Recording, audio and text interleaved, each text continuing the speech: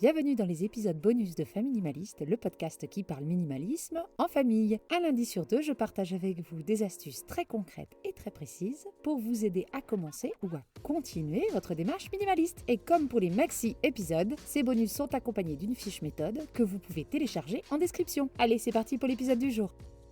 Aujourd'hui, je vous parle d'une petite phrase qui, à l'instar du « au cas où », est le vrai ennemi du minimalisme. Cette petite phrase qu'on peut se dire dans les magasins quand on voit un truc en promo, alors même qu'on ne comptait pas l'acheter en partant de chez nous. Cette petite phrase que l'on se dit quand on passe devant une caisse de dons, devant la porte du voisin, et qu'on pioche dedans alors qu'à la base, on allait juste chercher le pain ou promener le chien.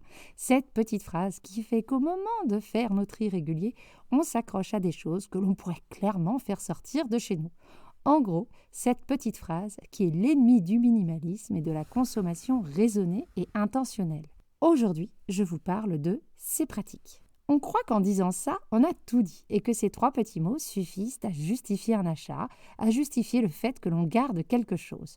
Sauf que, comme toutes les petites phrases réflexes, comme « au cas où » ou « plus tard » ou « on ne sait jamais », elles ne veulent pas dire grand-chose. Elles permettent de se justifier, mais sans vraiment réfléchir.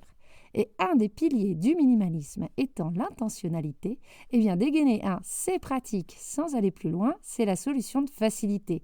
Cela clôt le débat avec les autres ou avec notre petite voix intérieure sans aller plus loin. Si vous voulez vivre moins avec mieux, il faut se dire que chaque objet qui rentre ou qui reste dans votre maison doit être choisi, réfléchi et être dans nos vies avec une intention précise.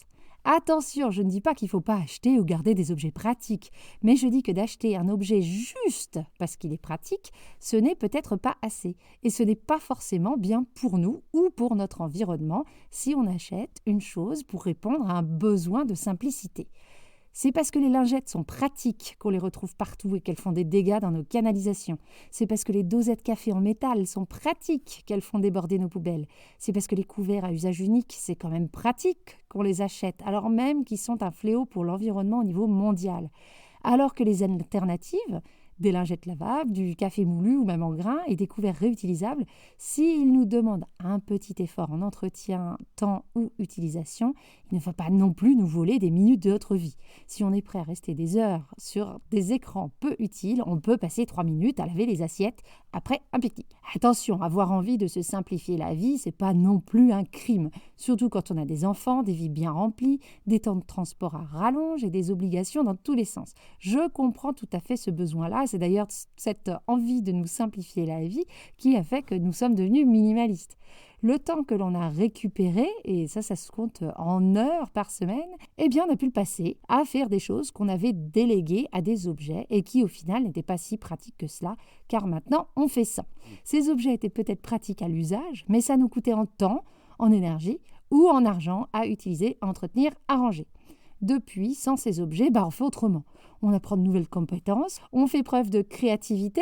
Voilà donc quelques questions que je vous suggère de vous poser quand vous vous surprenez à dire « c'est pratique » pour être sûr que cet achat soit fait avec intentionnalité ou que cet objet devrait rester chez vous. Je les reprends dans la fiche méthode en description. Question numéro 1. Qu'est-ce que je vais gagner en achetant cet objet pratique ? Du temps, de l'argent, de l'énergie ? Soyez précis, essayez de quantifier ce gain en minutes, en euros, en heures de repos. La deuxième question est, est-ce que cela va vraiment m'en faire gagner du temps, de l'énergie ou de l'argent ? Si j'estime que je vais gagner 5 minutes à chaque fois que je veux couper mes concombres en cubes en utilisant ce gadget qui les coupe pour moi, est-ce que je vais vraiment les gagner ces 5 minutes ? Alors oui, la découpe ira plus vite, mais il faudra sortir l'objet, le laver et enfin le ranger. Est-ce que le temps gagné vaut le fait que je m'encombre, que ma cuisine déborde et que cet objet prenne la place de quelque chose qui sera peut-être vraiment utile ? Gagner 5 minutes à faire quelque chose pour en dépenser 4 à utiliser ce nouvel objet ne vaut peut-être pas le coup.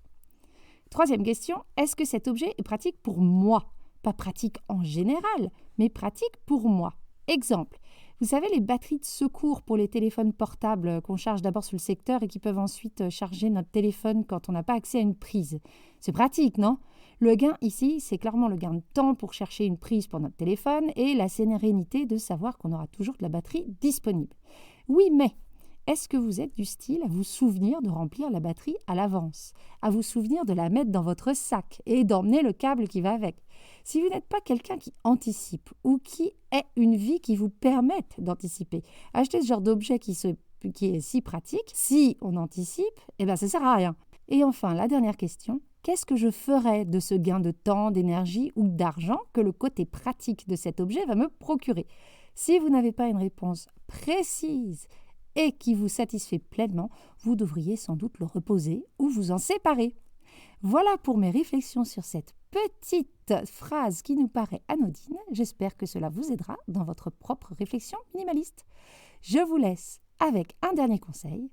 Si vous voulez un objet hyper pratique et avez envie de l'acheter, dites-vous que vous avez réussi à faire sans pendant toutes ces années. Alors oui, il est peut-être pratique, mais au final, vous savez déjà que vous n'en avez pas besoin. Et voilà pour l'épisode du jour, j'espère qu'il vous aura plu et qu'il vous sera utile. N'oubliez pas d'aller en description pour télécharger la fiche méthode. Je vous dis à jeudi 17h pour mes épisodes plus longs, en solo ou en duo. Je partage avec vous astuces, méthodes et réflexions pour vivre une vie concentrée sur l'essentiel et débarrassée du superflu. Si vous voulez me soutenir dans la création de ce podcast, vous pouvez me laisser un commentaire ou alors des cœurs et des étoiles sur vos plateformes d'écoute. Je vous dis à très bientôt et en attendant, n'oubliez pas, vivre avec moins, c'est vivre avec mieux.